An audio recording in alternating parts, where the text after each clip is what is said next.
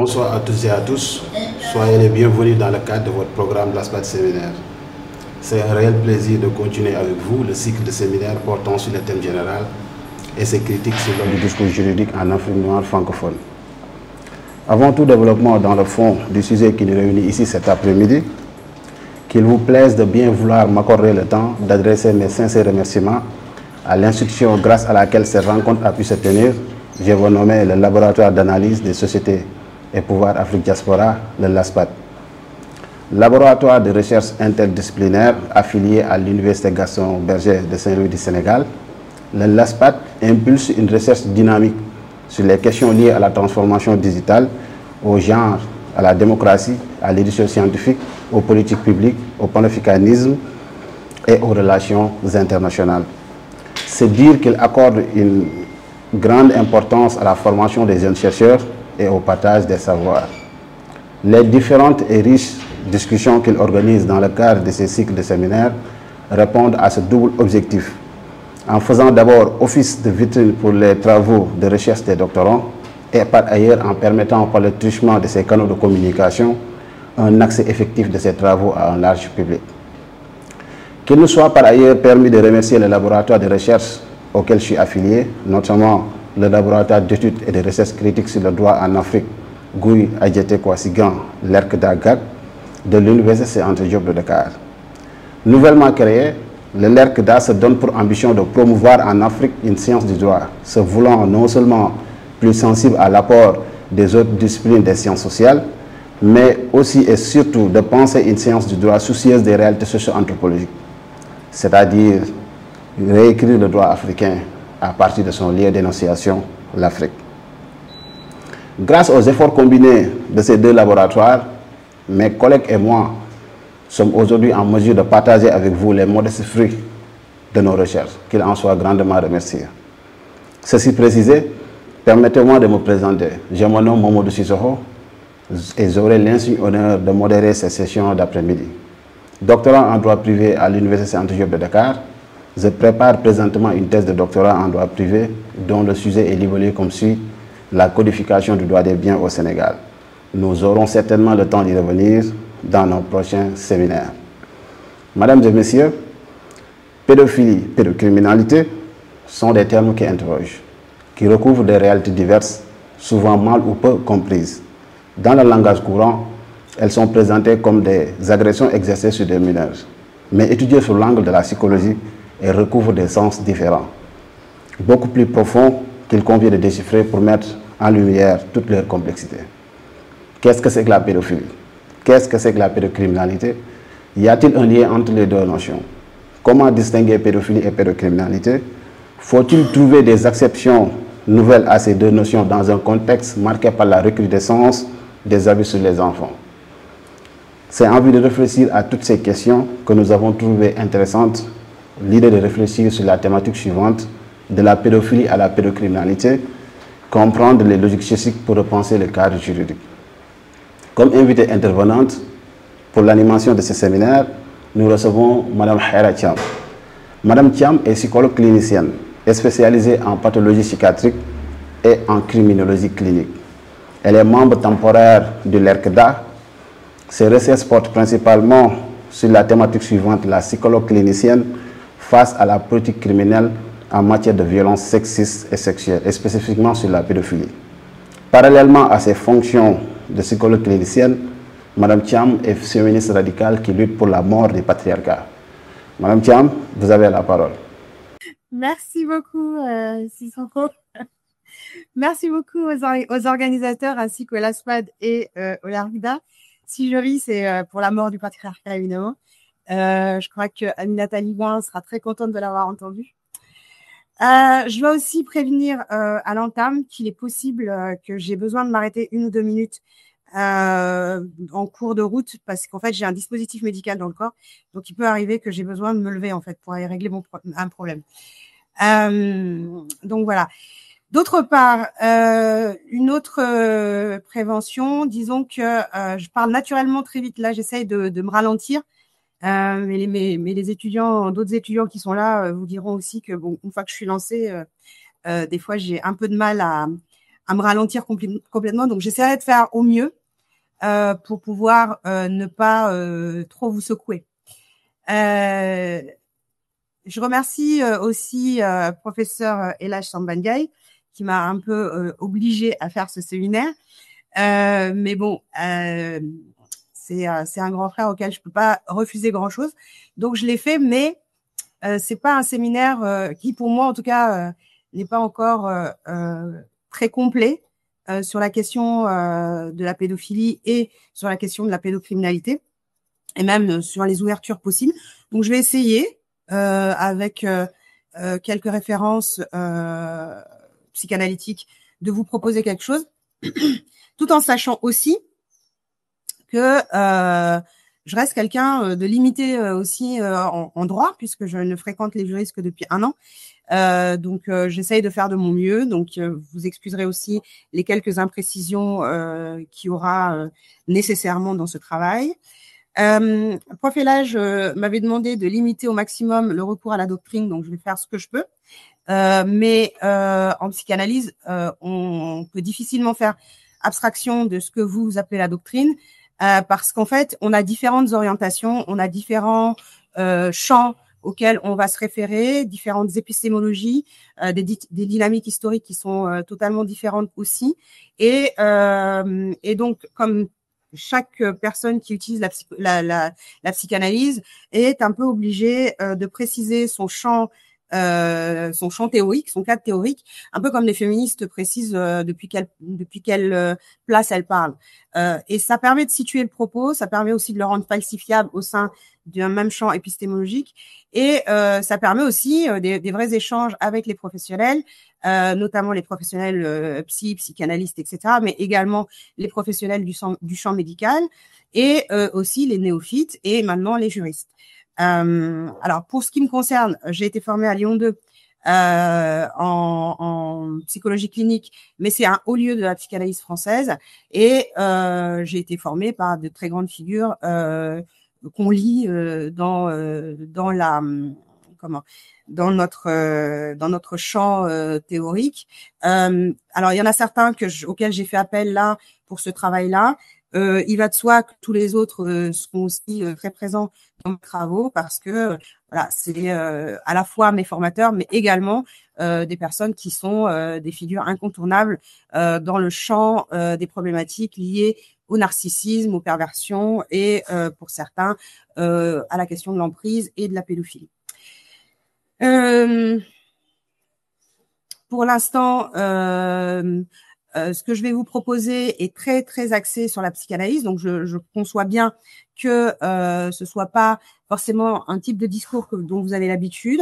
J'ai renoncé pour ce séminaire-là à vous présenter la pédophilie sous tous les angles psy qui peut exister, parce que on s'en sortirait pas.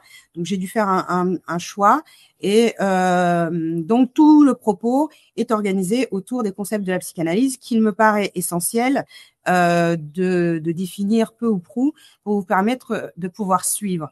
Alors, dans ce séminaire, même s'il a été rédigé un peu dans l'urgence, j'ai tenu quand même à préciser notamment le concept de narcissisme, le concept de perversion narcissique, avant de pouvoir arriver aux questions liées aux différentes formes de pédophilie telles que nous, en psychanalyse, on va les considérer, et ensuite de le mettre en regard avec la question de la pédocriminalité telle que les juristes peuvent l'entendre.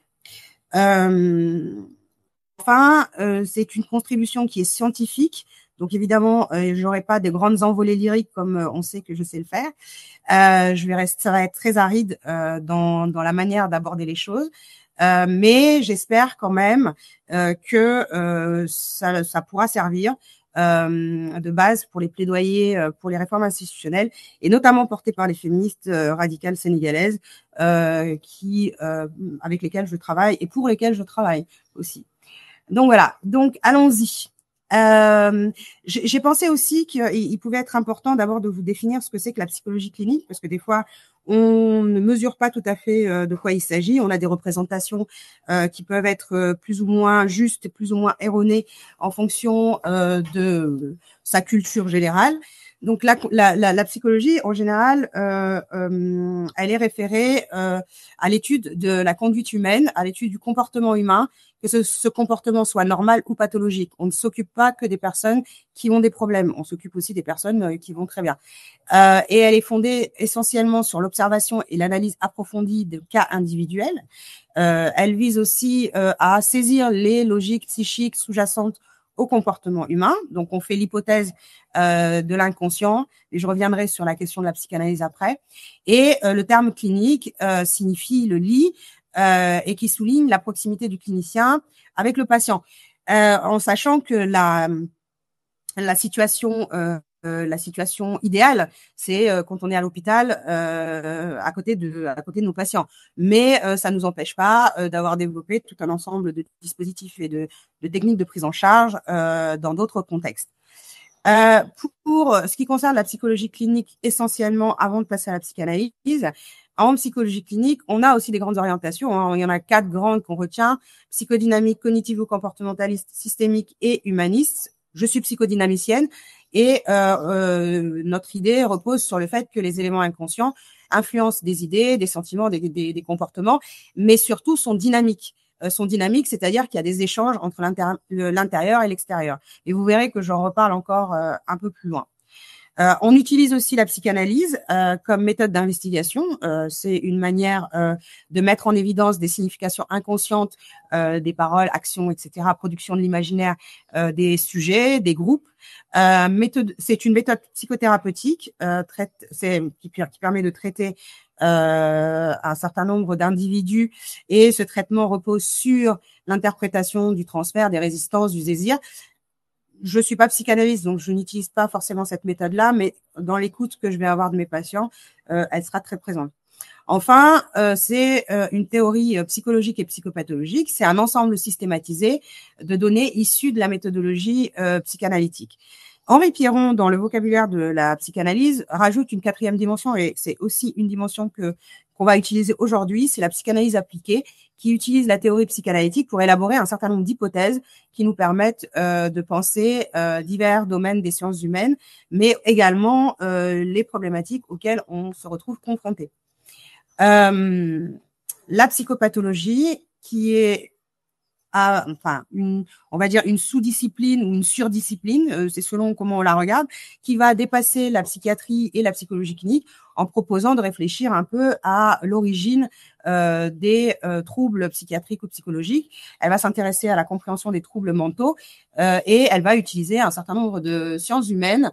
Elle va être influencée aussi par les courants philosophiques et idéologiques successifs, et elle va recouvrir comme ça une dimension anthropologique, pour peu que le clinicien soit en capacité de synthétiser un certain nombre de disciplines avec lesquelles il travaille. Enfin, je fais une distinction entre criminologie clinique et sciences criminelles, parce que souvent au Sénégal, les gens ont une bonne représentation des sciences criminelles, moins bonne de la criminologie clinique.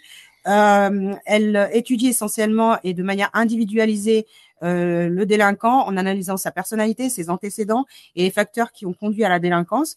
Elle utilise les méthodologies que je viens de vous expliquer en psychologie, etc., et notamment les entretiens, les tests, des évaluations de risque, etc. Donc là aussi, hein, on fait du transdisciplinaire. Mais le but de la manœuvre, c'est d'être capable de proposer des dispositifs pour prévenir la récidive et favoriser le changement comportemental qui soit quand même adapté à la société dans laquelle on travaille. Donc voilà pour les définitions du cadre. Pardon. Et je vais aller vous expliquer un petit peu plus des définitions conceptuelles tout à fait freudiennes. Et on va commencer par le narcissisme. Alors, Freud, lui, a comme idée de transcender les races, les classes, les religions, etc., que sa discipline puisse être utilisée et poursuivie selon différentes voies. Et donc, il prend soin toujours de préciser que toutes les descriptions qu'il fait des phénomènes qu'il observe, elles sont nécessairement des simplifications et elles doivent nécessairement être rectifiées. Ce qu'il ne faut pas perdre de vue non plus, c'est que par souci d'exposer, on est obligé de dissocier les différents éléments pour que les gens puissent comprendre. Mais ces éléments travaillent ensemble. Donc, il ne faut pas perdre de vue aussi que c'est une imbrication qui est complètement dynamique. Donc, le terme de narcissisme, Freud l'emprunte d'abord à Pollnack, qui utilise ce terme pour décrire une perversion individuelle, là où un être humain peut s'aimer lui-même et y compris du côté du sexuel. Freud va aller enrichir ce terme en faisant des distinctions, notamment entre libido du moi et libido d'objet. Et c'est de là que vont naître deux terminologies qu'on va utiliser et que vous allez voir utiliser encore après dans le courant de ce que je vais vous présenter. C'est le narcissisme primaire, qui est une centration sur soi-même et qui, normalement, quand tout va bien, va évoluer vers un narcissisme secondaire ouvert aux autres. C'est pour ça qu'on parle de libido du moi et de libido d'objet, l'objet étant l'autre dans notre jargon. Le sujet étant la personne sur laquelle qui initie la relation. Cependant, quand la libido du moi domine, la capacité à aimer autrui s'appauvrit. Et de la même manière que quand une libido d'objet domine, on perd de vue son soi et donc on s'appauvrit aussi. Mais dans le cas des pathologies du narcissisme et de la perversion telle que Nack l'avait pensé, l'idée c'était que quand prédomine une libido du moi, l'autre est perçu comme une menace. Ça, il faut le garder en tête parce qu'on va y revenir, notamment quand je vais évoquer avec vous la question de la paranoïa qui vient aussi rentrer en ligne de compte. C'est le paragraphe suivant.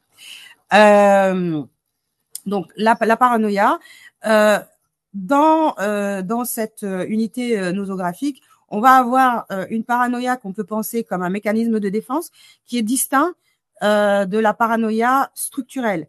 Le mécanisme de défense, c'est comme une défense, c'est vous achetez, enfin je sais pas, par exemple, j'ai un chien, donc a priori je dois être considéré comme paranoïaque puisque je délègue à quelqu'un qui peut faire peur ma défense. Et ben c'est exactement ça. Le paranoïaque, il fait la même chose, sauf que bon, il est moins dans la réalité que je ne peux l'être, et il va considérer que l'autre est dangereux, et donc il va mettre en place des défenses pour se prémunir de l'autre, que ce soit à raison ou à tort, hein, ça lui importe peu.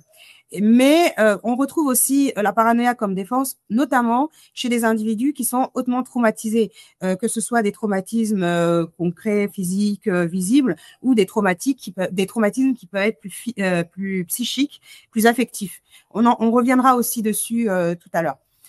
Freud introduit aussi des concepts comme moi idéal et idéal du moi, et surtout l'idéal du moi va nous concerner ici et va concerner les juristes en particulier, puisque cet idéal du moi, c'est ce qui va constituer une instance psychique qui s'appelle le surmoi et qui est faite à la fois des identifications parentales, mais des normes sociales et de la loi, les standards attendus de conduite. Et nous, en tant que psy, on se réfère aussi à ces éléments-là, aux lois, qu'elles soient des lois fondamentales, l'interdit du meurtre ou de l'inceste, mais aussi les lois de la vie courante. On n'a pas le droit, je sais pas moi, de taper quelqu'un, quoi.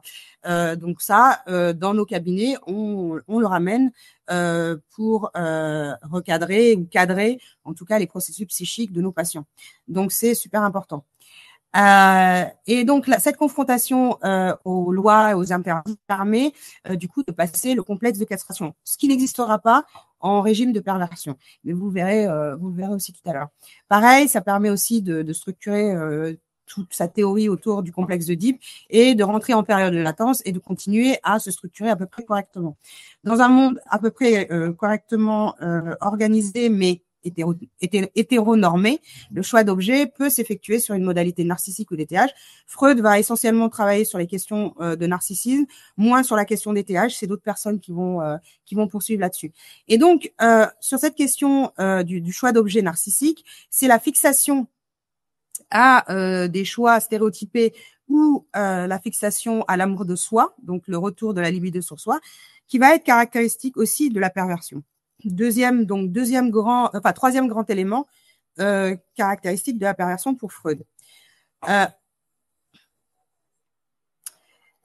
Là, je vais aussi répondre un petit peu à prof Aziz qui me disait, la pédophilie ressemble à un angle mort de la pensée sur les violences, mais également à une pathologie sociale. Et oui, effectivement, Freud aussi amène cette question de l'idéal du moi du côté du social, en considérant que l'idéal du moi peut refluer sur le moi de l'individu, mais également quand les idéaux sociaux ne sont pas réalisés, ces idéaux vont revenir sur le groupe et engendrer les angoisses sociales. C'est-à-dire, par exemple, quand on a eu le Covid, tout le monde a complètement paniqué. Et ben, on était sur la remise en question de cette espèce d'idéal de toute puissance qui ferait qu'on pourrait tout vaincre, tout soigner, etc. Et là, le Covid nous a dit qu'on n'était que des petites personnes et ça nous a pas beaucoup plu. Donc Freud continue à travailler son concept, propose différents éléments, mais un élément va être hyper important pour la suite, c'est notamment quand il va travailler deuil et mélancolie, et en particulier la mélancolie, dans laquelle il va proposer un concept d'identification narcissique. Retenez-le bien parce qu'on va l'utiliser. Cette identification, elle sert beaucoup de substitution à l'objet perdu et permet du coup de le conserver à l'intérieur. C'est-à-dire qu'en fait, c'est pas l'objet en lui-même, hein, c'est l'amour pour l'objet que l'individu va transformer en haine et qu'il va exercer sur un objet de substitution. Lui, en général, le mélancolique se retourne sur lui-même, mais parfois, avec des processus mélancoliformes, on peut avoir une satisfaction sadique et qui pervertit également le monde relationnel extérieur et donc qui peut amener aussi à des agressions extérieures. On va le revoir, c'est une des hypothèses que fait un des spécialistes de la pédophilie. Ensuite, Freud nous propose aussi tout ce qui est du côté de la destructivité et de la pulsion de mort, qu'on va retrouver aussi en régime de perversion narcissique et de pédophilie, qui correspond aussi à une force fondamentale qui régit aussi le psychisme, à côté de Eros, qui est la pulsion de vie. Thanatos va être la pulsion de mort et va aussi être pris en considération quand il va falloir considérer la compulsion de répétition. C'est-à-dire que vous allez avoir des personnes pédophiles qui peuvent compulsivement répéter leurs actes, comme des criminels qui vont répétitivement tuer un certain type de personnes. Eh bien, chez les psychanalystes, on va considérer que c'est la pulsion de mort qui est à l'avant-garde avec toutes les capacités de destruction dont elle est capable et de sadisme érotisé. Et là, pour le coup, on rentre vraiment du côté des perversions, du côté des pathologies du narcissisme et des perversions de structure, toujours dans le champ freudien. Dans le champ freudien, on va considérer que les pathologies du narcissisme, elles viennent du dérèglement de l'économie psychique classique. Donc, je pense que vous l'avez déduit de ce que je vous ai déjà dit. Mais c'est Heger qui va, en 89, distinguer très spécifiquement des tableaux cliniques avec, qui concernent les pathologies du narcissisme. D'abord, d'une part, ceux qui sont en déficit narcissique. Ils sont quand même nombreux et ils sont caractérisés par une labilité extrême aux frustrations, par manque d'intégration du soi, un peu de passivité, un peu d'ébranlement face aux critiques, mais par moments ils peuvent avoir des petits ego trips, hein, on peut se dire ouais, on est le meilleur prof du monde. Et d'autre part, on peut avoir un caractère narcissique et là c'est plus problématique parce que dans le caractère narcissique, Heger introduit tout de même une certaine perversité déjà, mais il met quand même en regard avec Racamier et Berjoy qui vont plus travailler les perversions narcissiques. Chez le pervers de caractère, on va retrouver un insupportable. Enfin, ils sont insupportables pour leur entourage parce qu'ils nient la réalité en permanence, extrêmement tyranniques au niveau affectifs et ils sont difficiles à juguler et puis ils sont sur un mode très acrimonieux. Alors que dans la perversion narcissique, on va avoir davantage de la séduction, de l'escroquerie, de la manipulation, de la stratégie relationnelle pour arracher à l'autre ce qui viendrait confirmer sa peur. Et donc Paul Racamier explique quand même que la perversion utilise ce qu'on va appeler la séduction narcissique et normalement quand tout va bien, la séduction narcissique, c'est une séduction qui va bien, hein, qui permet de rapprocher les uns et les autres, qui permet de se regarder l'un dans l'autre, mais également, normalement, quand elle va bien justement, qui permet aussi à chacun des partenaires de croître de son côté et aussi de pouvoir se détacher de cette séduction pour notamment sous la poussée sexuelle pour aller voir ailleurs. A priori, la séduction narcissique, elle marche surtout dans les types de relations où la sexualité n'est pas au premier plan. Or, dans la perversion narcissique, la séduction narcissique, elle va servir de défense contre les pulsions objectales, donc contre l'autre, et les désirs et les angoisses qui s'y rattachent. Et elle va viser à faire d'autrui une chose, un instrument, une propriété. Dans ce type de séduction, tout se passe comme si l'objet séduit ne devait jamais avoir existé avant d'avoir rencontré le séducteur, sauf peut-être un juge ou une autorité supérieure, et même là, il peut se rebiffer ou se victimiser. La loi, c'est lui la loi, dans sa toute-puissance, il est complètement irrésistible, et tout le monde doit se plier, tout le monde doit s'agenouiller devant sa majesté. Toutefois, et ça c'est super important, une autre personne peut dévoiler la manœuvre, et cette autre personne, c'est la victime elle-même, mais à la condition qu'elle soit très observatrice et qu'elle soit capable de disjoindre un discours d'un acte. Comme le dit Rakamier, dès que la proie du pervers a dénoncé la combine, le pervers se retire en général. Le radar des pervers, enfin les pervers, c'est pas des courageux, hein. Le pervers suffisamment doué, il est tel qu'il suffit que la proie ait éventé la manœuvre pour qu'il renonce, pour qu'il se sente percé à jour, pour qu'il décroche. Mais il va pas le faire parce qu'il a pris conscience que ce qu'il fait c'est mal. Il va le faire juste par opportunisme, c'est-à-dire que il sait que là, s'il en rajoute une couche, il va en tôle, eh ben il va s'arrêter. Et c'est pour ça que cette question de l'opportunisme, elle me paraît essentielle à exploiter, notamment pour modifier des dispositifs légaux concernant les violeurs d'enfants. Cependant, pour qu'une perversion, une action perverse réussisse, le pervers a besoin d'agir dans l'ombre. Il avance à pas feutrer. Donc, toute cette séduction, toute cette manière de dire, tout ce côté très beau, très lissé, c'est pour surprendre sa victime.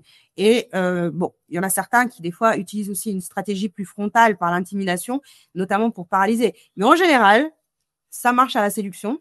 Et tout doucement, au compte-gouttes, le pervers va essayer de nuire à la victime en organisant un vrai travail de sape. Il disqualifie à peu près tout. Il disqualifie, il disqualifie tout le narcissisme de la victime, hein. Mettons que quelqu'un a réussi, je sais pas moi, a réussi un parcours universitaire exceptionnel. On va lui dire oui, mais bon, tu l'as pas fait dans une bonne fac, par exemple. Et puis au fur et à mesure, on va disqualifier progressivement tout ce qui a constitué ce sujet-là, et ce sujet va se retrouver à terre, en fait. On retrouve aussi beaucoup ce genre de mécanisme dans les violences conjugales.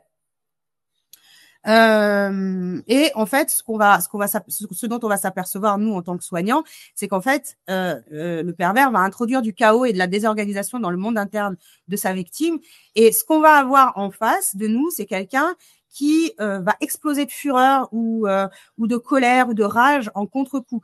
Souvent dans les cabinets de magistrats, je pense que notamment en ce qui concerne les divorces, etc., je pense qu'ils observent assez facilement que quand l'un des deux dit quelque chose qui est extrêmement faux et que l'autre a du mal a du mal à accepter cette contre-vérité, la personne explose de rage. Celle qui explose de rage, en général, c'est la victime. Sauf que il lui tombe dessus tout un ensemble de règles de bienséance auxquelles on ne peut pas couper dans un cabinet de juge. Mais ça permet d'observer aussi les dynamiques et ça permet d'être beaucoup plus fin dans ses appréciations. Une dernière chose, le pervers, il ne supporte sa chose que quand elle est dominée, quand elle est maltraitée, sadisée, maîtrisée, contrôlée, parce que la perversion narcissique, c'est une prédation.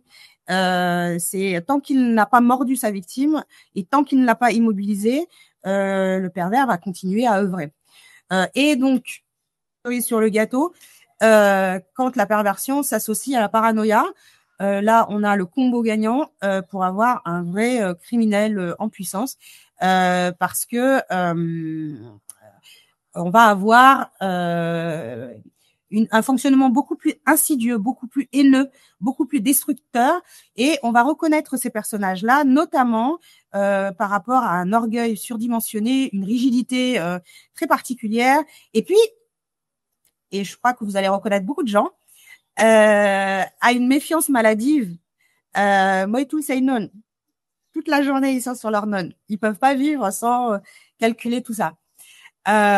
Et donc, les points communs avec la perversion, c'est une exorbitante exigence narcissique et une très grande précision des prédateurs à détecter la faiblesse de leurs victimes. Il y a une hypothèse nord-américaine qui travaille sur la recherche, notamment neuropsychologique, pour voir comment les pervers narcissiques, les parano-pervers, arrivent à détecter leurs victimes, arrivent à choisir leurs victimes, et a priori, ça marche un petit peu presque comme ça marcherait chez les animaux. Donc voilà.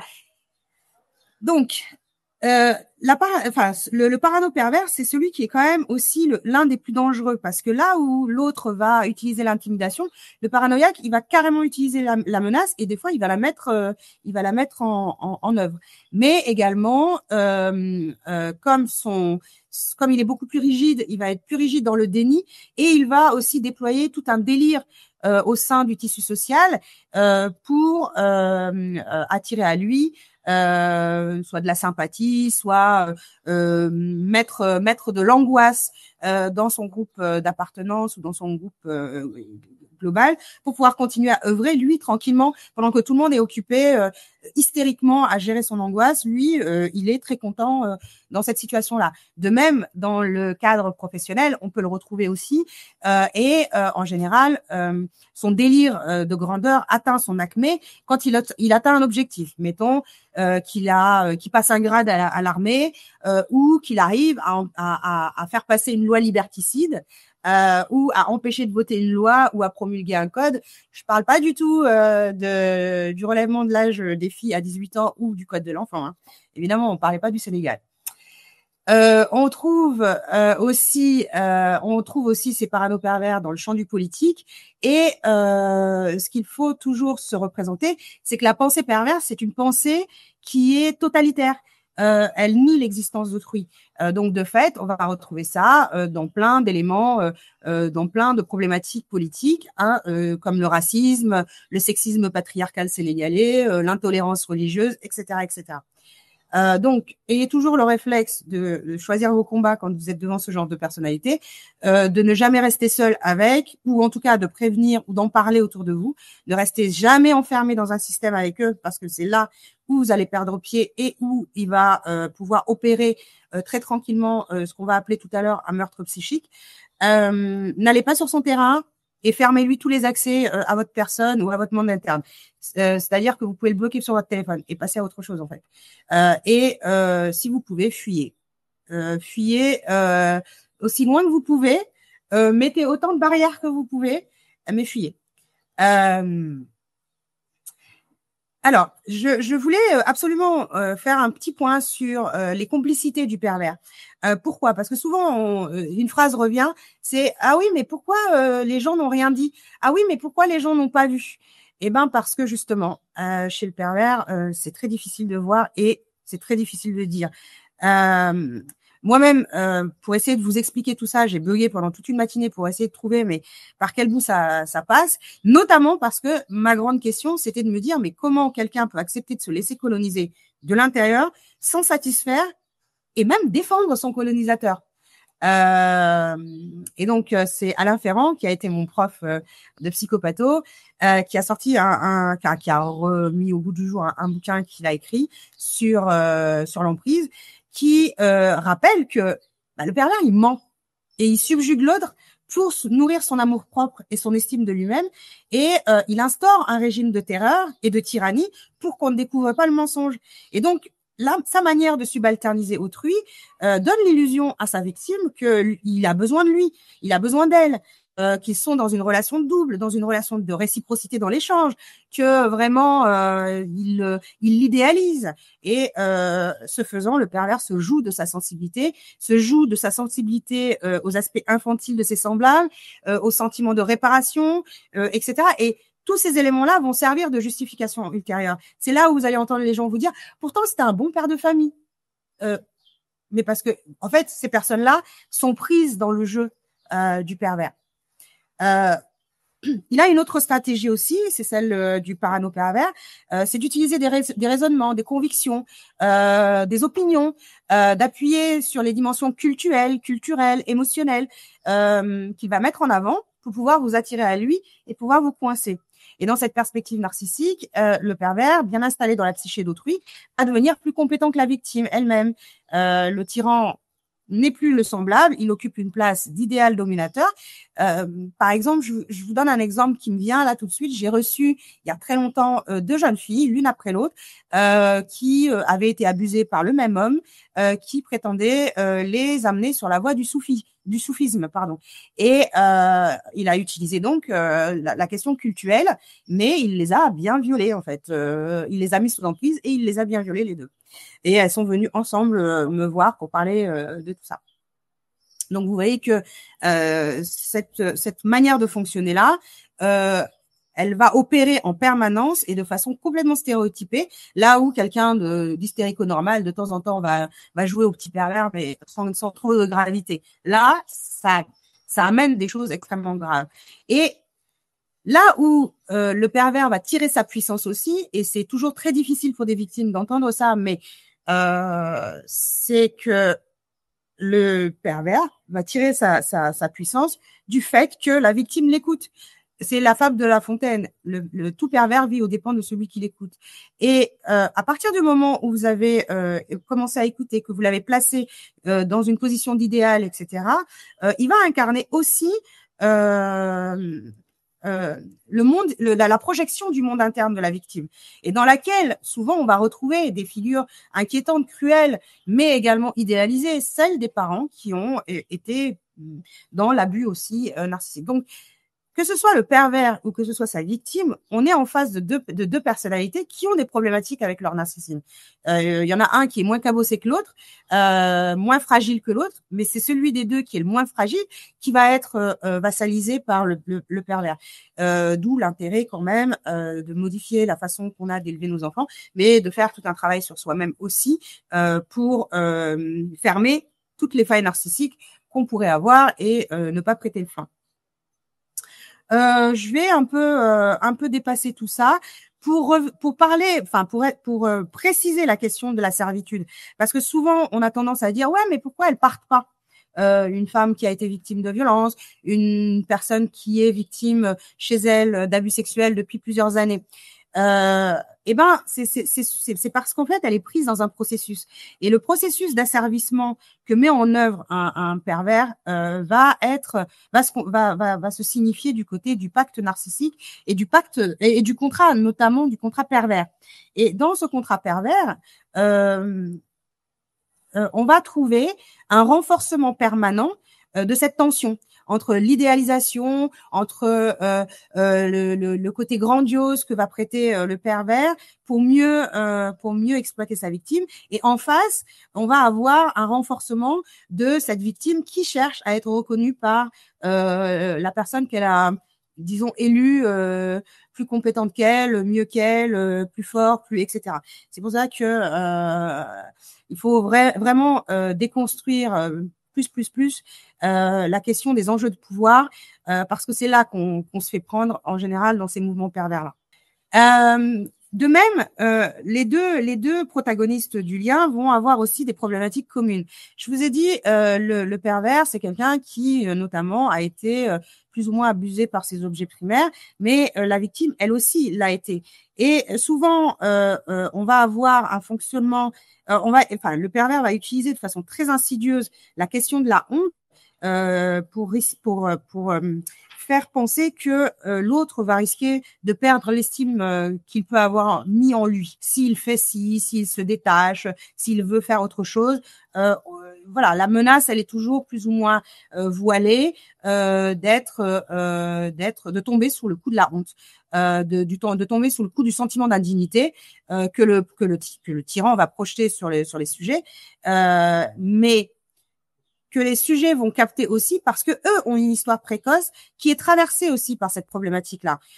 Mettons, j'en sais rien, ce sont des enfants qui ont été battus dans la rue devant. Voilà, on en parlait il y a pas très longtemps dans un groupe, des jeunes filles qui, parce qu'elles sont sorties un jour, se font battre dans la cour intérieure de la maison et ou que le père demande au frère de la battre devant tout le monde. Donc cette jeune fille va avoir connu très précocement des envahissements par la honte et par des abus et va être préparée à la manière dont le pervers va la capter, notamment parce qu'il y a une faille à cet endroit-là. Du côté du pervers, vous aurez compris, je vous l'ai dit tout à l'heure, c'est la pulsion de mort qui domine, mais certains psychanalystes vont aller beaucoup plus loin et considérer que, en fait, en réalité, ce tyran, c'est un enfant mort. Il est mort à la tendresse, au monde, à l'échange, etc. Et ce qu'il met en scène dans sa manière dans sa prédation et dans son rapport à sa victime, c'est une scène de meurtre. D'un meurtre narcissique, d'un meurtre psychique que lui a vécu et qu'il veut essayer de faire prendre en charge par sa victime. Et souvent, quand des personnes ressortent de situations extrêmement violentes dans des couples, etc., on a l'impression qu'elles sont à moitié mortes, qu'elles sont à moitié vidées, qu'elles ont pris 10 ans dans la tête parce que en fait, elles ont été elles ont frôlé la mort psychique. Eh bien, cette mort psychique qui a été frôlée, c'est surtout celle que le pervers porte en lui. Et l'acmé dans cette situation-là, c'est quand le pervers qui est soit parano pervers, soit plutôt du côté de la psychopathie, soit du côté de la psychose, va passer à l'acte dans un mouvement extrêmement violent, donc soit des coups, soit des féminicides, soit ce qu'on va voir venir tout à l'heure, c'est-à-dire le démantèlement de la cohésion somatopsychique des personnes qui sont les plus vulnérables autour de lui, en particulier les enfants. Donc, la question de la perversion, elle intervient notamment au sein des institutions, mais elle intervient aussi dans les familles. Et elle prend d'ailleurs naissance même dans les familles, souvent. Et c'est à partir de cette formation à l'intérieur de la famille qu'on va avoir toutes les potentialités qui vont permettre le passage à l'acte incestueux. Notamment quand on va revenir un peu sur une petite chose, c'est que tout à l'heure je vous ai montré que chez l'adulte, on peut avoir une personnalité perverse qui va attaquer narcissiquement l'autre et que l'adulte va avoir du mal à se défendre, etc. Donc vous imaginez bien qu'un enfant dans la même position, alors que lui-même n'est pas tout à fait terminé et complètement immature au niveau psychique, ne va pas avoir les moyens de se défendre, ne va pas avoir les moyens d'appeler à l'aide, va se retrouver tout seul marqué par cette attaque qui va faire traumatisme et qui va le disqualifier dans ce qu'il pense, dans ce qu'il sent, etc., etc.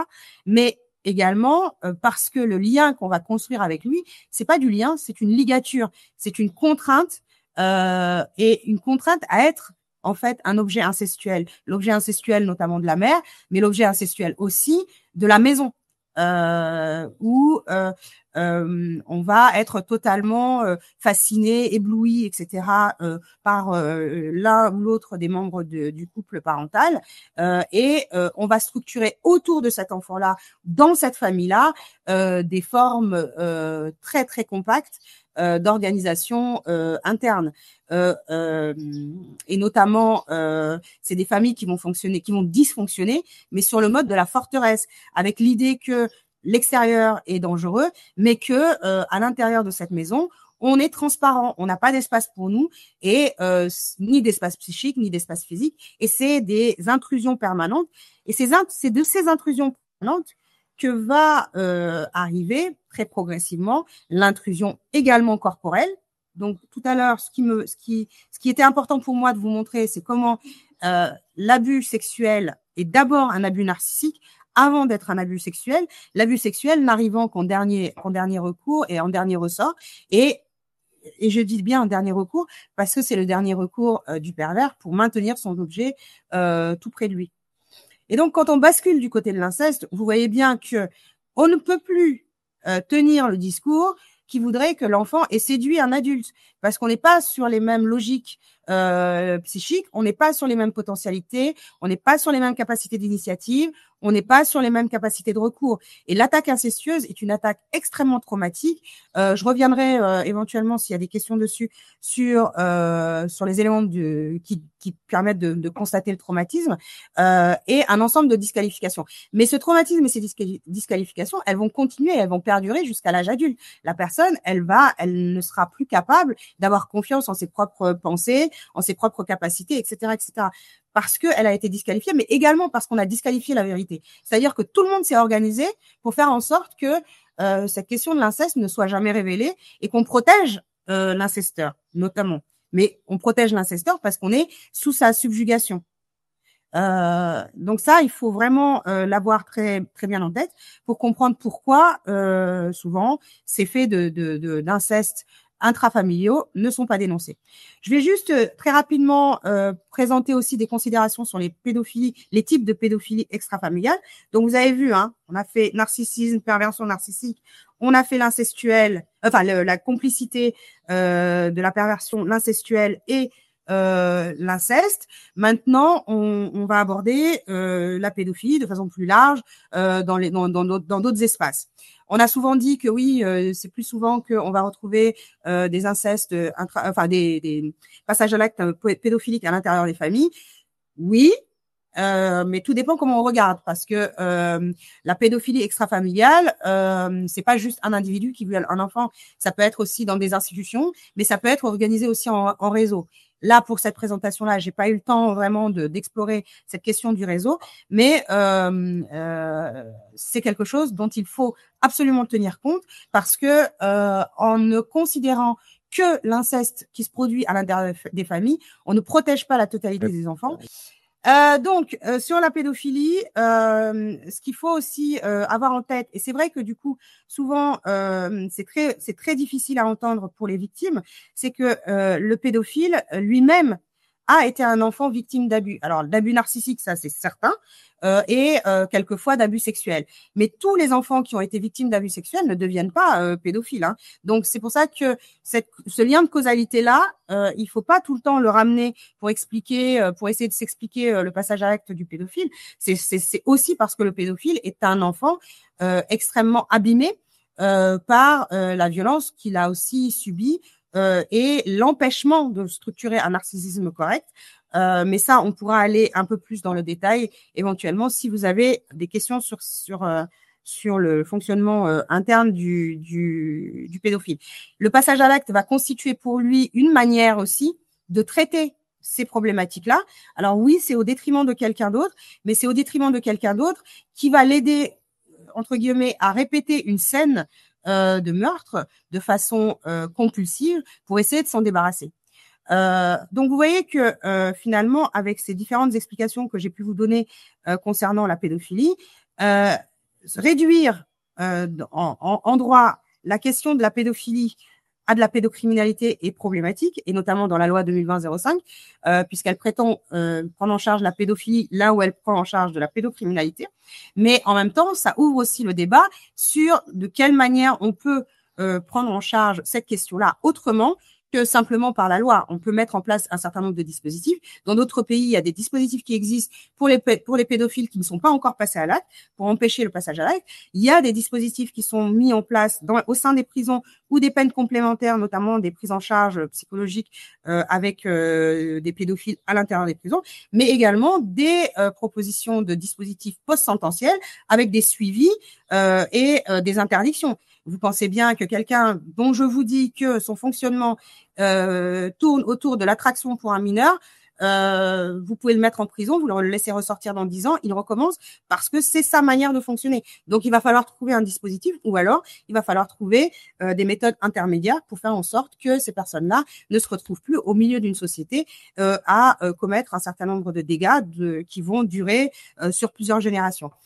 Je pense que je vais m'arrêter sur ça puisque je sentais que les uns et les autres étaient un peu pressés que je m'arrête, même si j'ai pas dépassé le temps qu'on m'avait donné. J'espère que ça a été assez large, que vous en avez tiré autant d'informations intéressantes qui pourront vous permettre de travailler. Mais je suis toujours à votre disposition pour continuer à expliquer des points qui sont peut-être moins clairs ou pour continuer à parler de droit aussi, parce que j'avais aussi préparé un certain nombre d'éléments sur lesquels on a la possibilité de réfléchir éventuellement. Merci beaucoup, Madame Diam, pour cette communication savante. Vous êtes revenu essentiellement sur 3 points qu'il me plaira de rappeler très rapidement. Premièrement, vous avez commencé par définir le cadre de référence de votre travail, en revenant notamment sur les différentes disciplines qui vous permettent de penser. Je peux particulièrement relever la psychologie clinique, la psychanalyse, la psychopathologie et la criminologie clinique. Ensuite, dans un second temps, vous vous êtes pensé successivement sur les concepts de pédophilie et de pédocriminalité que vous avez tenté de définir afin d'apporter des éclairages conceptuels. Et enfin, en troisième lieu, vous avez fait ce qu'on pourrait appeler de la politique criminelle. Vous avez tenté de mettre J'en suis pas encore là. Vous avez tenté de mettre en lumière les voies et moyens devant permettre une meilleure compréhension du phénomène pour une meilleure prise en charge. Alors, ceci clôt le chapitre des discussions, de la présentation autant pour moi. Nous allons à présent entamer l'autre chapitre qui est celui de la discussion, c'est-à-dire des questions-réponses et des débats par rapport à ce que vous nous avez présenté. Alors, j'avais des questions à vous soumettre par rapport à votre communication. Dans votre communication, Madame Thiam, vous avez critiqué le législateur sénégalais, notamment son code de la famille, en parlant, je vous cite, des subjectivations, des humanisations des femmes de manière générale et des filles en particulier. Pouvez-vous principalement revenir sur cette critique? Alors, juste, Cicero a eu mon texte avant que je le dise. Et en fait, pendant que j'étais en train de dire, je n'ai pas lu le texte, donc je n'ai pas parlé de cette partie-là.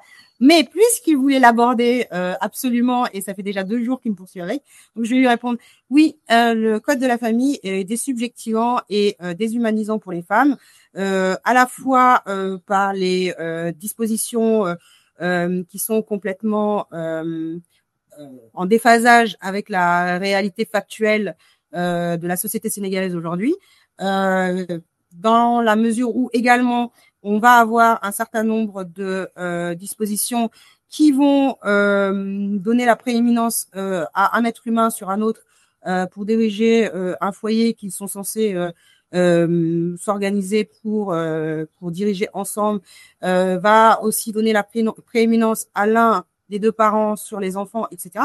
Donc, je pense que de ce point de vue-là, c'est extrêmement déshumanisant et c'est extrêmement désubjectivant pour les femmes que de se retrouver dans une position presque de mineur, sous tutelle. Sous tutelle en plus de quelqu'un qui est pas forcément plus malin qu'elle. Mais à côté de ça, on a aussi d'autres articles du Code de la famille, et notamment l'article 111 du Code de la famille qui prévoit qu'un procureur peut donner une dispense à une famille qui demanderait à marier un enfant en dessous de 16 ans, alors que 16 ans déjà c'est bien trop jeune pour se marier. Je disais il y a pas très longtemps à quelqu'un que j'étais absolument d'accord avec le président de la Guinée-Bissau qui propose de marier les enfants à 25 ans parce qu'en fait, d'un point de vue purement neuropsychologique et neurophysiologique, un cerveau humain finit de se construire à 25 ans.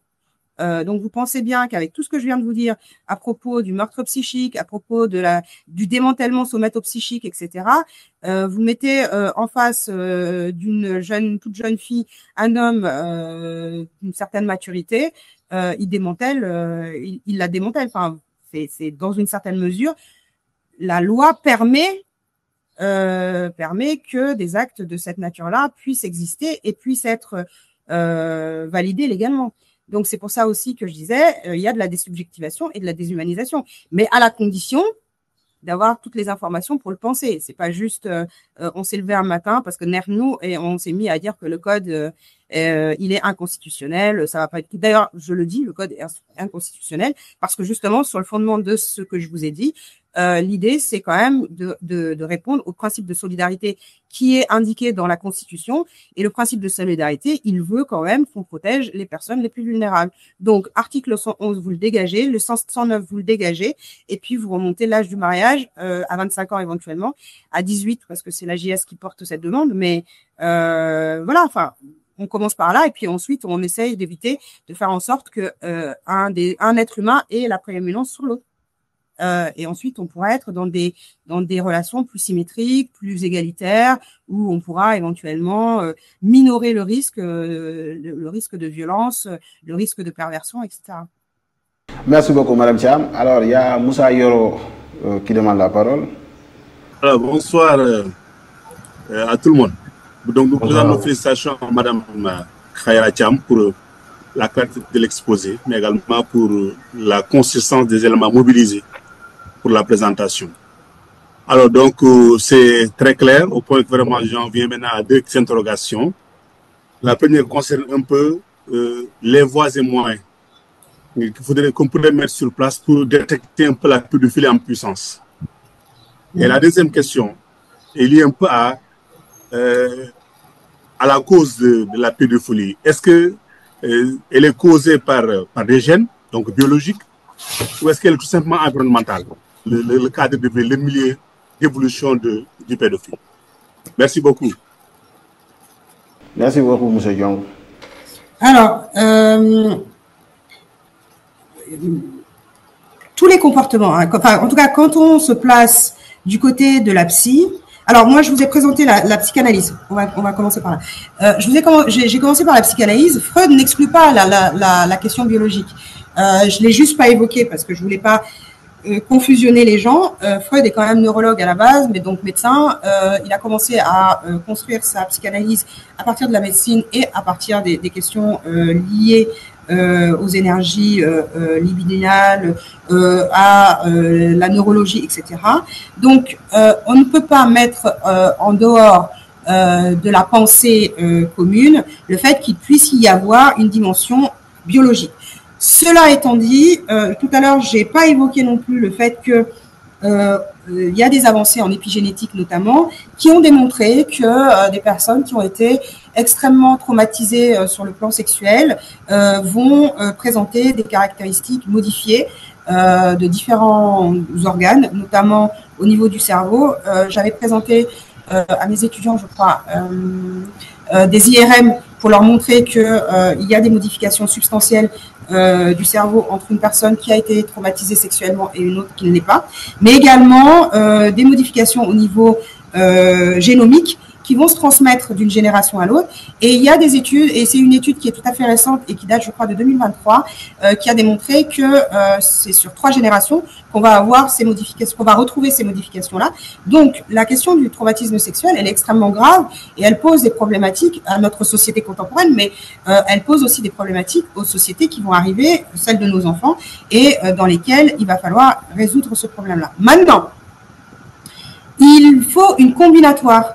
C'est pas juste un élément qui va déterminer ça.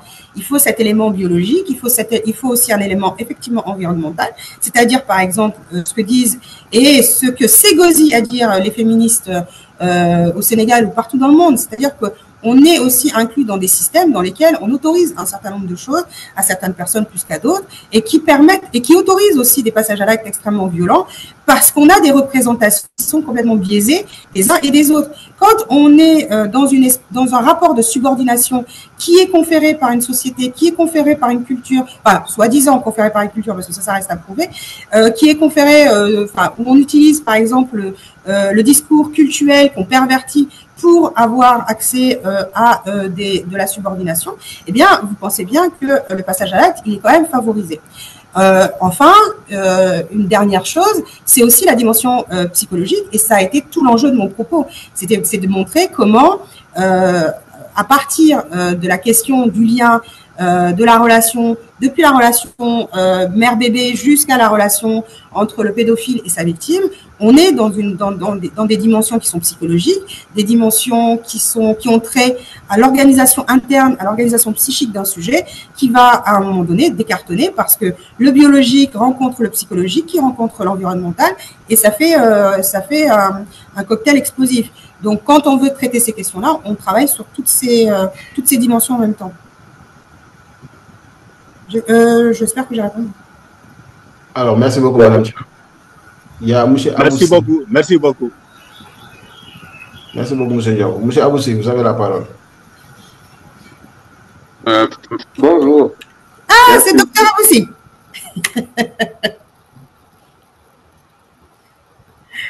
Prof, Naïref. Ça va, santé, alhamdulillah. Un grand psychiatre, un grand professeur de psychiatrie et criminologue, et qui travaille notamment à l'école, comment ça s'appelle, des carrières juridiques?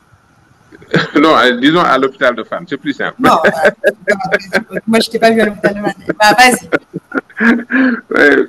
Bonjour, merci beaucoup. Bon, je commencerai pour féliciter par l'organisation de ce webinaire avec un thème aussi intéressant.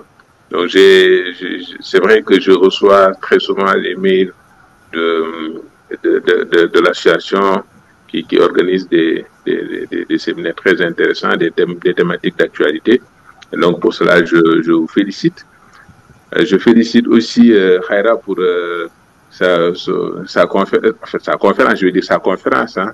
Donc, de très belles factures pour parler d'un thème aussi important.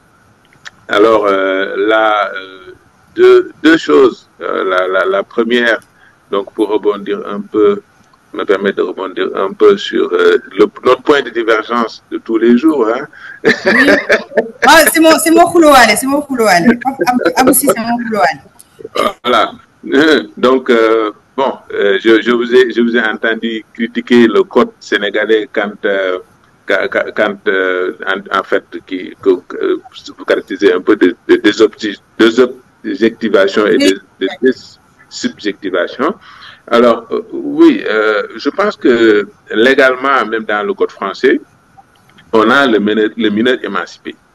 Donc, on n'a pas réinventé la roue, hein, dans la plupart du code sénégalais, provient du code français. Récemment, on a travaillé ensemble sur l'élaboration d'un élément juridique par rapport à la santé mentale. Donc, on n'a pas besoin d'aller réinventer la roue. Donc, je pense que déjà, la société, classiquement, a besoin d'une organisation hiérarchique. On ne peut pas tous être sur le même pied d'égalité, c'est pas possible. Donc, il y a besoin d'une organisation, sinon, on n'aurait pas besoin de gouvernement. Tout le monde va gouverner, on va faire un gouvernement populaire. Donc, je pense que c'est pour cela que l'organisation juridique a bien voulu parler du mineur émancipé.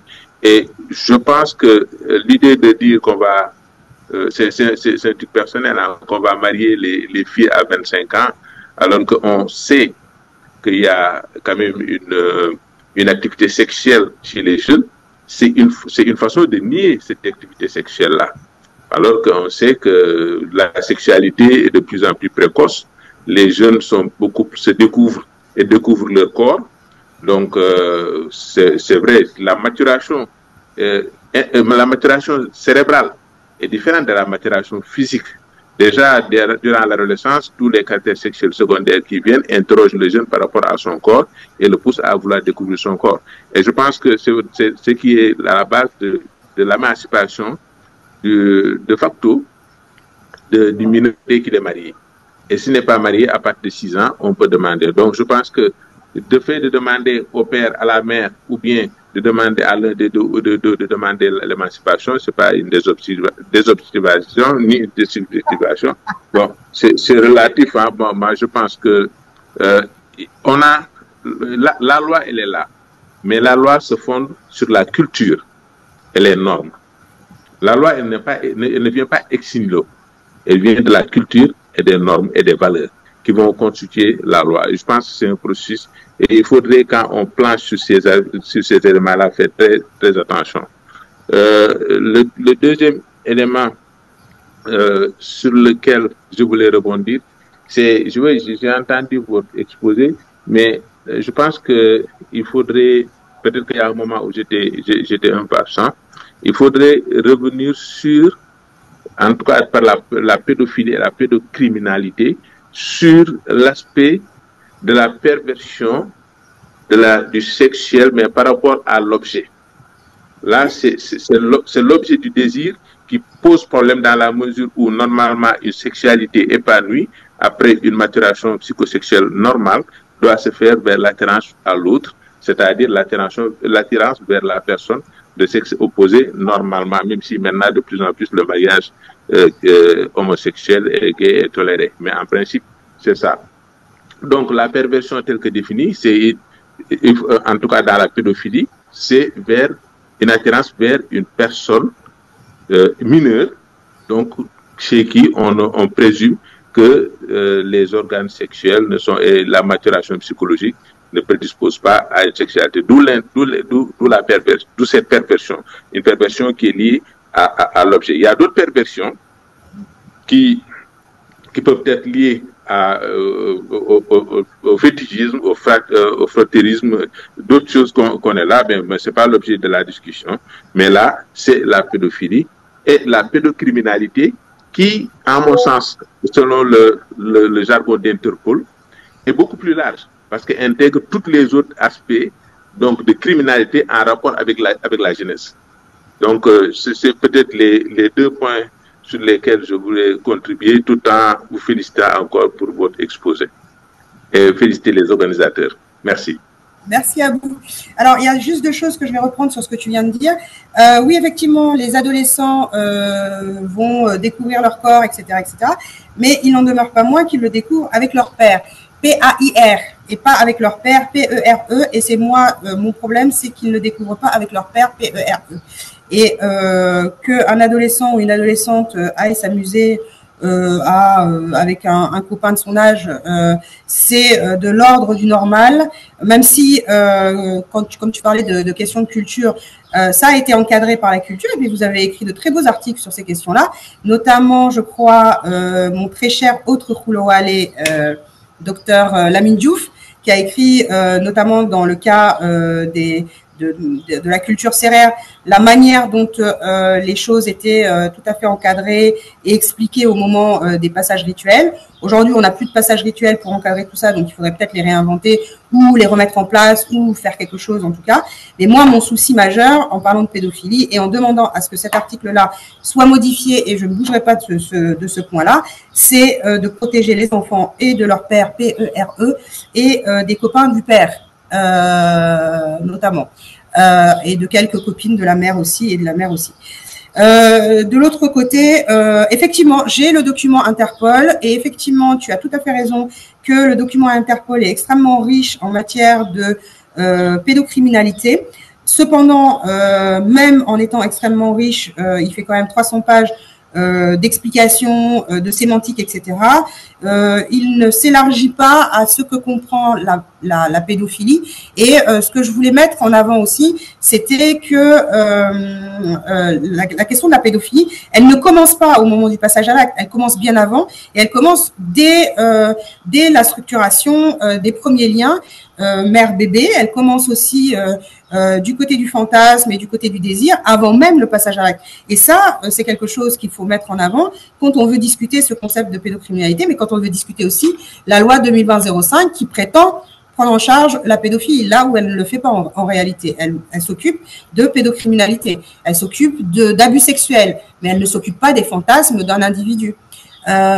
Pour terminer, effectivement, tu as tout à fait raison aussi sur la question des aberrations sexuelles. Je ne l'ai pas évoqué, mais c'est dans le texte que Cicero a reçu d'ailleurs, puisque j'avais dit notamment que dans 3 essais sur la théorie sexuelle de Freud de 1905, il évoque le fait que ce choix d'objet-là soit une aberration sexuelle et qu'il estime que les pédophiles sont des lâches parce qu'ils prennent comment dire, avantage aux opportunités que leur sont données la possibilité d'avoir accès à des enfants, que ce soit dans la famille, mais également au niveau des écoles, au niveau des garderies, etc. Voilà. Merci beaucoup, Madame Cham. Il y a Ndeye Khady Diop qui pose la question de savoir, on assiste aujourd'hui à une sexualisation des enfants et leur exposition de plus en plus. Est-ce qu'il y a des campagnes de sensibilisation ou de prévention pour les parents sur la pédophilie ou l'inceste et sur la nécessité de préserver les enfants? Alors, dans certains pays, oui. Au Sénégal, peu, parce que pour le moment, au Sénégal, on se heurte à un mélange des genres. Quand on parle de pédophilie, quand on parle de pédocriminalité, quand on parle de viol, on ne parle pas de sexualité, on parle d'agression. Et souvent, les personnes qui n'ont pas intérêt à ce que ce discours puisse prospérer vont rabattre les choses du côté de la sexualité en invoquant des cultures, des cultes, etc., qui seraient opposés à l'information du public sur des questions qui les concernent, y compris l'information chez les enfants. Donc, vous avez tout à fait, j'espère, écho du fait que différentes tentatives ont été menées pour introduire dans les écoles des enseignements qui permettraient aux enfants de connaître leur corps, de savoir se défendre et de savoir avoir recours aux uns et aux autres. Alors, ils l'ont appelé éducation sexuelle et tout le monde est monté au plafond en disant « Ah non, non, non, on va pervertir les enfants ». Sauf que les pervers sont à l'extérieur de l'école et c'est pas ceux qui donnent l'information. Ça, c'est une première chose.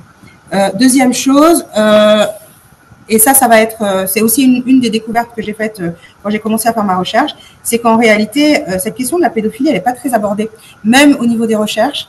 C'est ce que je disais il y a quelques jours dans un colloque. Par exemple, quand je regarde sur le site de la bibliothèque numérique de l'UCAD, il y a 0 document sur la pédophilie, par exemple.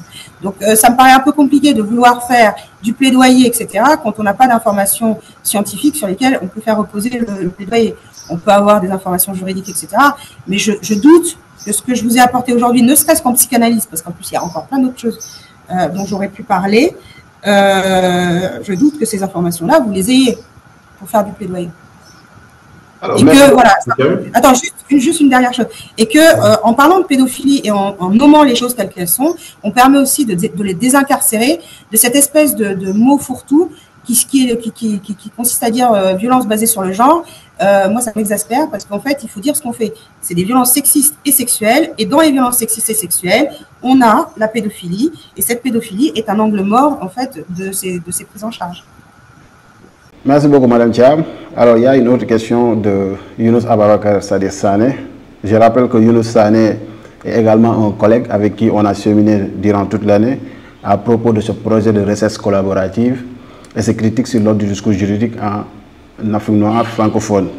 Alors, M. Sané nous dit « Cette discussion se tient dans un contexte où une affaire sur la pédocriminalité est en train de défrayer la chronique en France. Je veux parler de l'affaire Joël Le Skouarnec. L'accusé dans le cadre du procès semble extrêmement de marbre, distant face aux témoignages des victimes, se contentant de simplement de répondre par des actes « je suis désolé, je suis navré ». C'est finalement posé la question de savoir était-il vraiment conscient de la portée de ces actes. Je m'associe donc à la question précédemment posée, de savoir est-ce que l'attirance qu'ont certaines personnes à l'égard des enfants n'est pas due à un dysfonctionnement biologique. Si oui, je pense que les peines classiques prévues par les normes pénales deviennent inaptes à produire un quelconque effet sur ces personnes. Ainsi donc, puisqu'on parle d'une perspective de refondre le cadre juridique sur la question, quel type de sanction pensez-vous être la meilleure pour ce genre de phénomène? Je vous remercie. Merci beaucoup, Younous. Je n'ai pas suivi l'affaire Le Skouarnec parce que j'étais occupée à présenter des travaux pour des colloques et des machins, mais j'ai regardé très rapidement parce que ça fait partie des exemples que j'ai donnés dans la partie pédocriminalité et notamment pédocriminalité, en discutant en fait la politique, la proposition ou en tout cas les récriminations d'une autrice de politique criminelle bien connue qui s'appelle Lazer, qui a écrit un article en 2010 dans lequel elle disait, elle mettait en avant le fait que les actes de pédophilie étaient surtout des actes intrafamiliaux. Et donc, je discutais ce point en disant, on a plusieurs affaires. En 97, par exemple, on a eu déjà un coup de filet de la gendarmerie française dans les réseaux pédophiles français, où 209 personnes ont été mises en cause. Là, l'affaire Le Soirnec, elle est tout à fait récente. Elle date, je crois que le jugement date de la semaine dernière, ou il y a moins de 10 jours en tout cas. Et là, on a un violeur de masse, on a un pédophile de masse, parce que c'est quand même 299 victimes, majoritairement des mineurs. Maintenant, j'ai pas suivi le procès, j'ai pas regardé ce qu'il disait ou ce qu'il disait pas, mais là où Younous se trompe, c'est de penser qu'il y aurait une dimension purement biologique. Non, j'ai dit tout à l'heure, c'est bio-psychosocial. Il faut prendre les trois ensemble. Parfois, il n'y a rien de biologique. C'est simplement que cette personne-là a un parcours de vie qui est extrêmement violent, qui est fait d'abus narcissiques, d'abus sexuels, etc., qui l'ont mené jusque-là. Mais c'est une personne qui aussi, dans sa structuration, n'a pas accès à toute notre émotionnalité de personnes un peu hystérico-normales, plus ou moins hystériques d'ailleurs, à souffrir avec l'autre, à comprendre ce que peut vivre l'autre, etc. Chez lui, c'est une dimension humaine qui soit ne s'est pas structurée, soit c'est mal structuré, et donc il n'a pas accès. Et c'est de bonne foi qu'il n'a pas accès. Mais c'est tellement de bonne foi que ça en devient extrêmement monstrueux finalement, parce qu'on n'imagine pas un être humain sans émotion, sans émotionnalité, qui peut pas se mettre à la place des autres. Le pédophile ne se met pas à la place des autres. Il a déjà pas de place lui. Et je vous disais tout à l'heure il met souvent en scène son propre meurtre psychique, mais également s'il a été incesté ou s'il a été l'objet d'un prédateur, son propre démantèlement, son maître psychique. Donc il voit pas, enfin lui il est toujours là, il est toujours debout, il fonctionne, ce monsieur est devenu chirurgien, il travaille, il fait sa vie. Donc, il voit pas de quoi on lui parle quand on lui parle de traumatisme, etc. C'est pour ça que ça reste en surface. Hein, c'est je m'excuse, je suis désolée, et c'est tout à fait opportunément qu'il va le dire. D'ailleurs, tout à fait opportunément aussi, il n'a pas fait appel d'une décision de 20 ans, alors que 20 ans, c'est quand même pas grand-chose pour 299 victimes, quoi. Mais bon, voilà. C'est une conversation aussi que j'ai eue hier avec un juge, auquel je disais, mais en attendant qu'on ait des choses disponibles au Sénégal en post-sententiel, mais mettez le maximum de la peine, enfin gardez-les quelque part, de sorte à ce que ça nous laisse le temps de créer des dispositifs, de proposer des choses aux législateurs pour que ces personnes-là puissent être prises en charge correctement. Puis pareil, Aboussi qui va revenir qui va reprendre la parole sans doute, on peut créer des consultations spécifiques pour la prise en charge des pédophiles qui ne sont pas passés à l'acte et essayer de travailler avec eux pour qu'ils ne passent pas à l'acte. Donc, il y a des possibilités qui existent. Après, le législateur, c'est lui qui décide. Hein. Moi, je peux que lui dire que ça existe. Merci beaucoup, Madame Thiam. En lisant votre communication, je vais vous poser une autre question. Hier, en lisant votre communication, j'ai constaté que la notion de fantasme revient à plusieurs fois. Alors, la notion de fantasme, d'après la compréhension que j'en ai eue, peut être assimilable à ce que nous juristes appelons acte préparatoire. Fantasme, acte préparatoire. Les deux notions peuvent-ils être assimilables, oui ou non? Quel éclairage pouvez-vous nous apporter par rapport à ça? Alors, comme c'est un juge qui m'a appris ce que c'était qu'un acte préparatoire, je vais lui montrer que je sais, j'ai appris mes leçons. Alors, en fait, dans le cadre de la pédophilie, dès lors que vous avez une personne qui va avoir tout un ensemble de scénarios dans sa tête qui vont mettre en jeu des enfants, pour moi, c'est déjà là un acte préparatoire. Mais bon, c'est peut-être ma moralité qui parle. Parce que ça me traverse pas l'idée de fantasmer sur un enfant. Et ce fantasme-là, ce qui est très difficile aussi à entendre pour une victime ou pour des familles de victimes, c'est qu'en fait, ce fantasme-là va fonctionner avec le même mécanisme avec lequel on fantasme nous, sur des hommes ou sur des femmes ou sur d'autres choses qui ne rentrent pas dans le cadre de la loi, mais qui vont constituer une aberration. C'est ce que Freud dit, c'est une aberration. Maintenant, pour moi, dès l'instant où tu fantasmes, où tu t'assois et que tu observes, ou que tu regardes une photo, une vidéo d'un enfant, pour moi, c'est un acte préparatoire. D'accord. Merci beaucoup, Madame Thiam. Une dernière question avant de clôturer cette séance. Il me semble que dans... Il y a Aboussi qui veut parler encore. Ah, ok. Aboussi. Merci beaucoup. En fait, j'aimerais un peu revenir sur cette notion de pédophile pour avoir travaillé quand même au niveau de la prison de Metz, au niveau des CRIAPS, ce qui sont des centres de ressources pour les infracteurs, pour les infractions à caractère sexuel.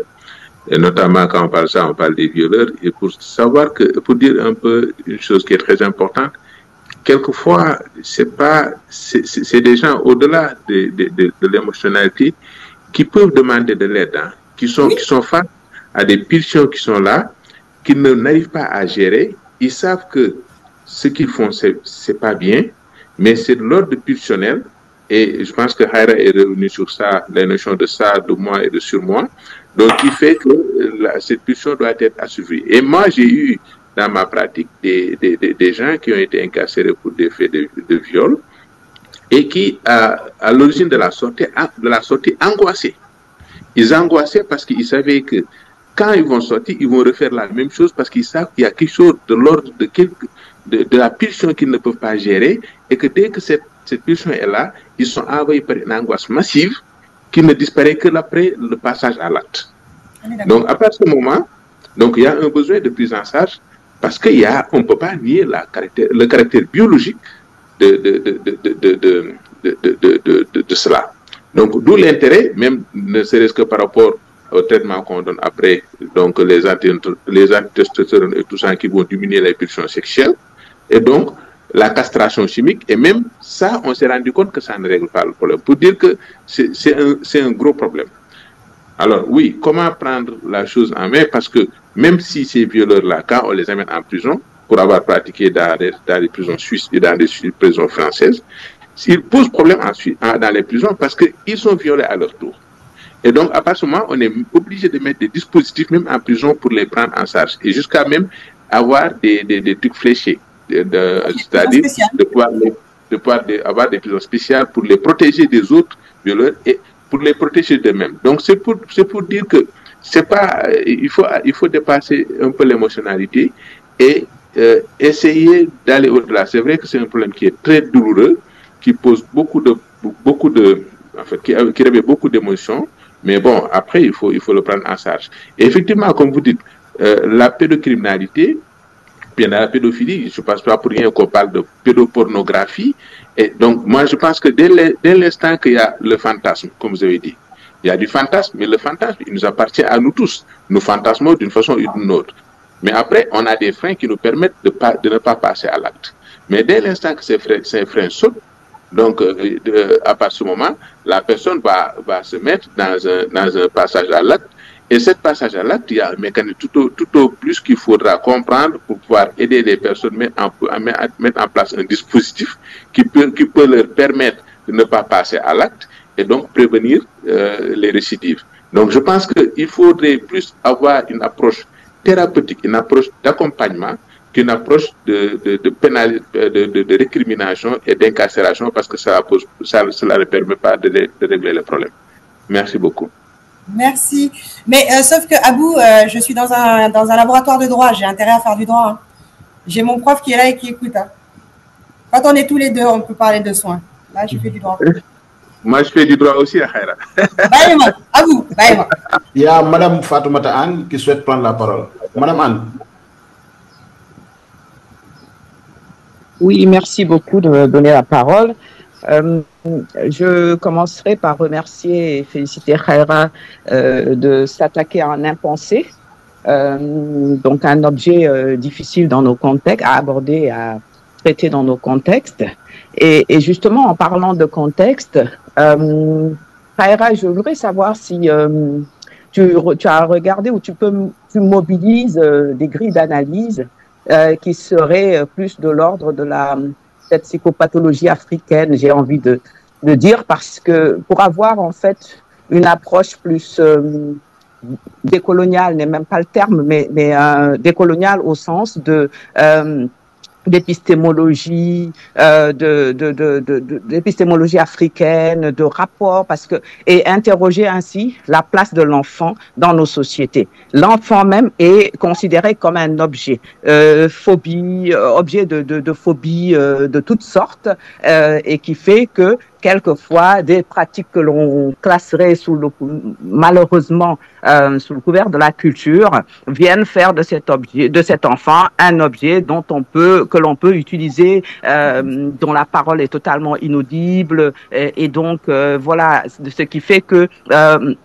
il est, même quand il est victime, c'est pas pris au sérieux, et donc voilà, enfin je me dis que dans ta démarche tu fais du droit, tu fais de la psychanalyse, mais il y a une dimension pour moi anthropologique qu'il faut également interroger, et qui fait que finalement même dans les travaux ça devient un point aveugle, comme tu dis, mais un impensé surtout, parce que tout simplement, nos sociétés ne font pas face à leurs propres phobies, à leurs propres tares, à leurs propres désordres mentaux.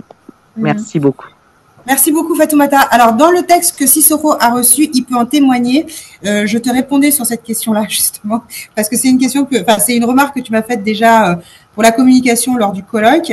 Et je disais dans la communication d'aujourd'hui qu'en réalité, moi, ce qui va m'intéresser, c'est effectivement d'aller regarder la sociologie de l'enfant, non pas pour faire de la psychopathologie africaine, parce que bon, j'y crois pas plus que ça, mais surtout pour essayer de comprendre comment les choses se structurent et comment on peut passer entre les mailles du filet pour pouvoir apporter du changement. Ça, c'est premier niveau. Deuxième niveau, dans cette recherche, l'ambition, c'est de reprendre des critères diagnostiques qui ont été créés ailleurs, et de les mettre à l'épreuve de nos sociétés.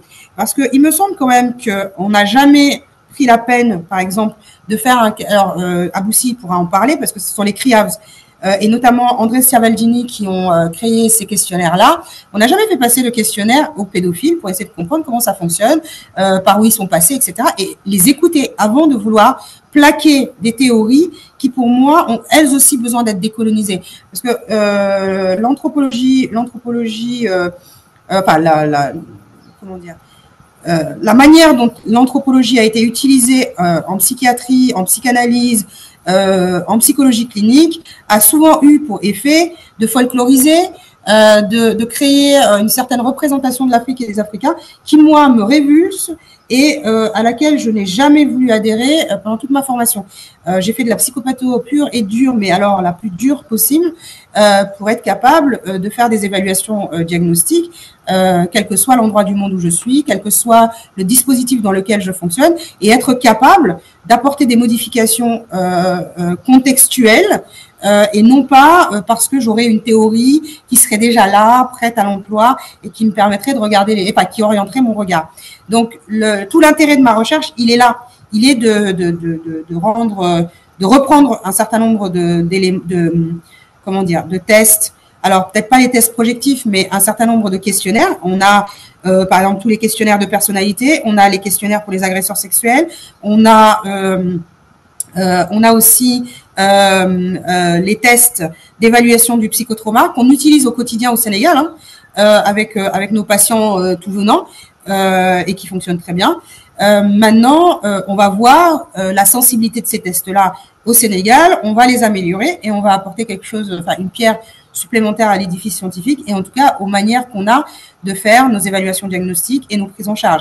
Après, il est possible qu'à la fin de cette recherche, je me dise, finalement, j'aurais peut-être dû faire totalement différemment, mais ce sera dans la conclusion et ça me permettra de continuer à chercher, puisque c'est quand même ça le but du jeu, de rester et de chercher. Alors, merci beaucoup, Madame Thiam. Une dernière question avant de clôturer la séance. Dans une de vos interventions, il me semble vous avoir une fois entendu parler d'une culture de pédophilie au Sénégal. Alors que dans le langage courant, on a plus tendance à entendre, ou bien en tout cas a fait avec la qualification de culture du viol.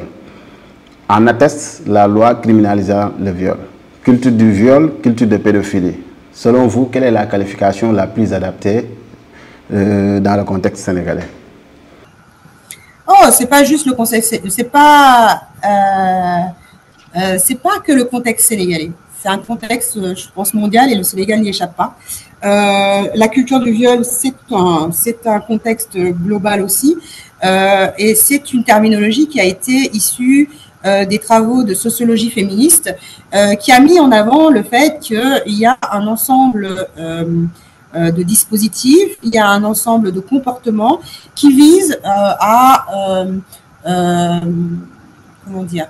banaliser la violence sexiste et sexuelle exercée sur les femmes dans les sociétés.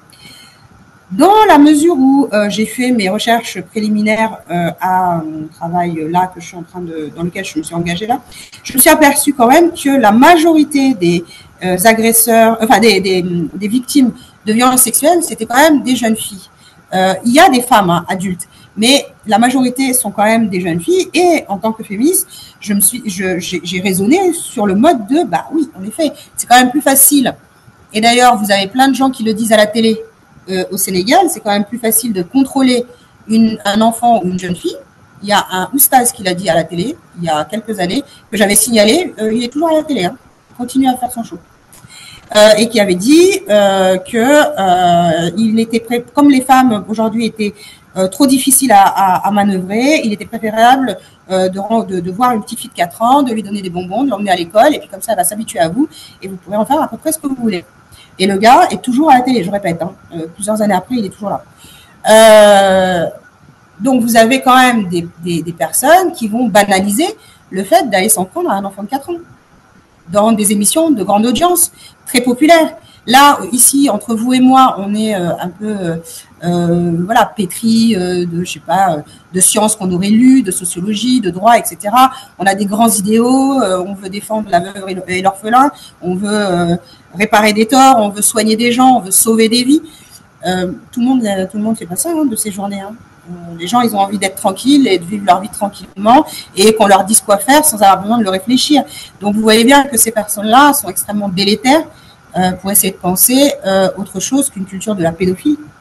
Et une culture de la pédophilie. Alors, je l'avais défini lors du colloque précédent, mais c'est un continuum.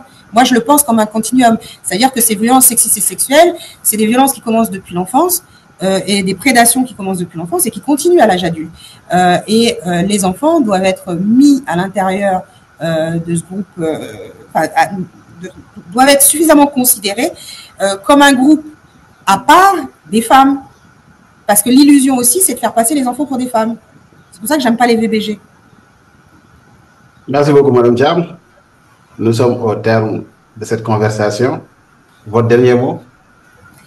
Alors, merci beaucoup aux organisateurs pour cette occasion qui m'a été donnée. J'ai reçu des messages qui me disent que je parle très vite, mais les personnes me connaissent, savent que je parle très vite. Je suis vraiment désolée si ça a dû vous électriser les neurones pendant 2 heures. Merci en tout cas à professeur Elage de m'avoir obligé à faire ce séminaire parce que sinon je n'aurais pas travaillé. Merci beaucoup Sissoko d'avoir été mon compagnon de galère pendant toute la semaine. Je l'ai tellement fatigué.